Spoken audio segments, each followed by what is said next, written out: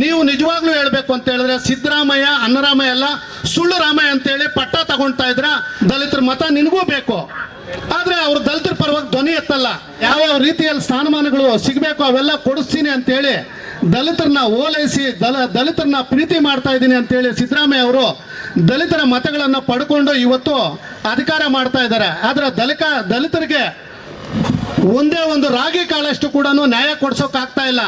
ಕಾರಣ ಏನು ಅಂತ ಹೇಳಿದ್ರೆ ತಟ್ಟೆಯಲ್ಲಿ ಅನ್ನ ಇಟ್ಟು ತಿರ್ಗಿ ಅವರೇ ಕಿತ್ಕೊಳ್ತಾರೆ. 7C 7D ಯಾರು ಹಿಂದೆ ಮಾಡಿದ್ದ ಅವರ ಅಧಿಕಾರದಲ್ಲೇ. ಆದ್ರೆ ಇವತ್ತು ನೆಕ್ಸ್ಟ್ ಅಧಿಕಾರ ಬಂದಿದ ತಕ್ಷಣ ಇವತ್ತು ಅದೇ ಅನುದಾನನ ಇನ್ನೊಂದು ಗ್ಯಾರಂಟಿಗಳು ಕೊಡುವಂಥದ್ದು ಆಗ್ತಾ ಇದೆ. ಯಾಕೆ ನೀವು ದಲಿತರ ವಿರೋಧಿ ಅಂತೇಳಿ ಪಟ್ಟ ಹಾಕೊಂಡ್ಬಿಡಿ.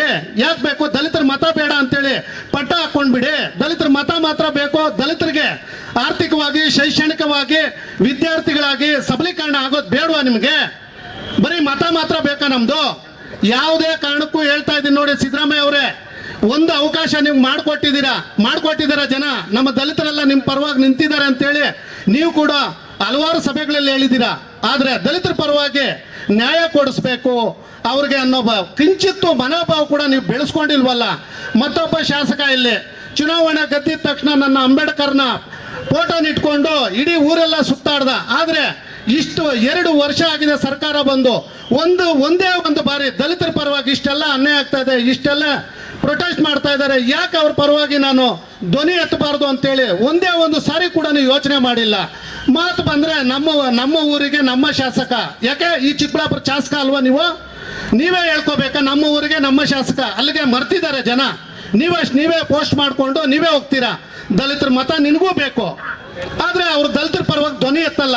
ಅಟ್ಲೀಸ್ಟ್ ಬಲ್ಜರಿಗೆ ನ್ಯಾಯ ಕೊಡಿಸ್ತೀನಿ ಅಂತ ಹೇಳ್ತಾ ಇದ್ದೆ ನೀನು. ಇವತ್ತು ದಲಿತರು ಬೇಡ ಬಲ್ಜಿಗರು ಬೇಡ ಅಂತೇಳಿ ಮೊನ್ನೆ ಯಾವುದೋ ಒಂದು ಪತ್ರಿಕೆಯಲ್ಲಿ ಜೊತೆಗೆ ಒಂದು ಮೀಡಿಯಾಗೆ ಹೇಳಿದಿರಾ ನೀವು. ಯಾವ ಸಮುದಾಯನೂ ನಾನು ತಲೆ ಮೇಲೆ ಕೂರಿಸ್ಕೊಳೋದಿಲ್ಲ, ನನಗೆ ನನ್ನ ನಾಯಕರೇ ಮುಖ್ಯ ಅಂತ ಹೇಳ್ತೀರಾ. ಬಲ್ಜಿಗರು ಬೇಡ ನಿನಗೆ, ದಲಿತರು ಬೇಡ ಅಂತ ಹೇಳಿದ್ರೆ ರಾಜೀನಾಮೆ ಕೊಟ್ಟು ಮನೆಗೆ ಹೋಗ್ರಿ. ಯಾರೋ ಮತ್ತೊಬ್ಬರನ್ನ ಆಯ್ಕೆ ಮಾಡ್ತೀವಿ. ಸರ್ಕಾರ ಮಾಡೋರ್ಗೂ ಅಷ್ಟೇ, ಸಿದ್ದರಾಮಯ್ಯ ಅವ್ರಿಗೂ ಅಷ್ಟೇ. ಸರ್ಕಾರ ಮಾಡೋ ಅಂತ ಶಕ್ತಿ ಇಲ್ಲ ಅಂತ ಹೇಳಿದ್ರೆ ನೀವು ಸರ್ಕಾರನ ಬಿಟ್ಟು ಹೋಗಿ. ಬೇಕಾದ್ರೆ ಇನ್ನೊಬ್ರು ಯಾರೋ ಬರ್ತಾರೆ, ಇನ್ನೊಬ್ರು ಬಂದು ಬೇಕಾದ್ರೆ ಸರ್ಕಾರ ಆಡಳಿತ ಮಾಡ್ತಾರೆ. ನಾನು ಅಧಿಕಾರಕ್ಕೆ ಬಂದಿದ ತಕ್ಷಣ ಜಾತಿ ಗಣತಿ ಮಾಡ್ತೀನಿ ಅಂತ ಹೇಳಿದ್ರಿ, ಇದುವರೆಗೂ ಮಾಡಲಿಲ್ಲ. ನೀವು ನಿಜವಾಗ್ಲೂ ಹೇಳ್ಬೇಕು ಅಂತ ಹೇಳಿದ್ರೆ ಸಿದ್ದರಾಮಯ್ಯ ಅನ್ನರಾಮಯ್ಯ ಅಲ್ಲ, ಸುಳ್ಳು ರಾಮಯ್ಯ ಅಂತೇಳಿ ಪಟ್ಟ ತಗೊಳ್ತಾ ಇದ್ರ ಅದು ಮುಂದೆ ಕೂಡ ಆಗುವಂಥದ್ರಲ್ಲಿ ಯಾವುದೇ ಅನುಮಾನ ಇಲ್ಲ. ಮೊದಲು ಬಡವರ ಪರವಾಗಿ ನಿಂತ್ಕೊಳ್ಳೋಂಥ ಸರ್ಕಾರ ಬರಬೇಕು.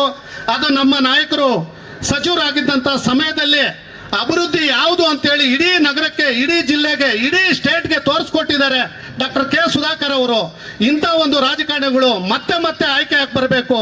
ಅಂಥವ್ರ ಕೈಗೆ ರಾಜ್ಯದ ಒಂದು ಹಿಡಿತ ಬಂದಾಗ ನಿಜವಾಗ್ಲೂ ಪ್ರತಿಯೊಬ್ಬ ಬಡವರು ಕೂಡ ನೆಮ್ಮದಿಯಾಗಿ ಜೀವನ ಮಾಡ್ತಾರೆ ಅನ್ನೋದಕ್ಕೆ ಯಾವುದೇ ರೀತಿಯ ಅನುಮಾನ ಇಲ್ಲ.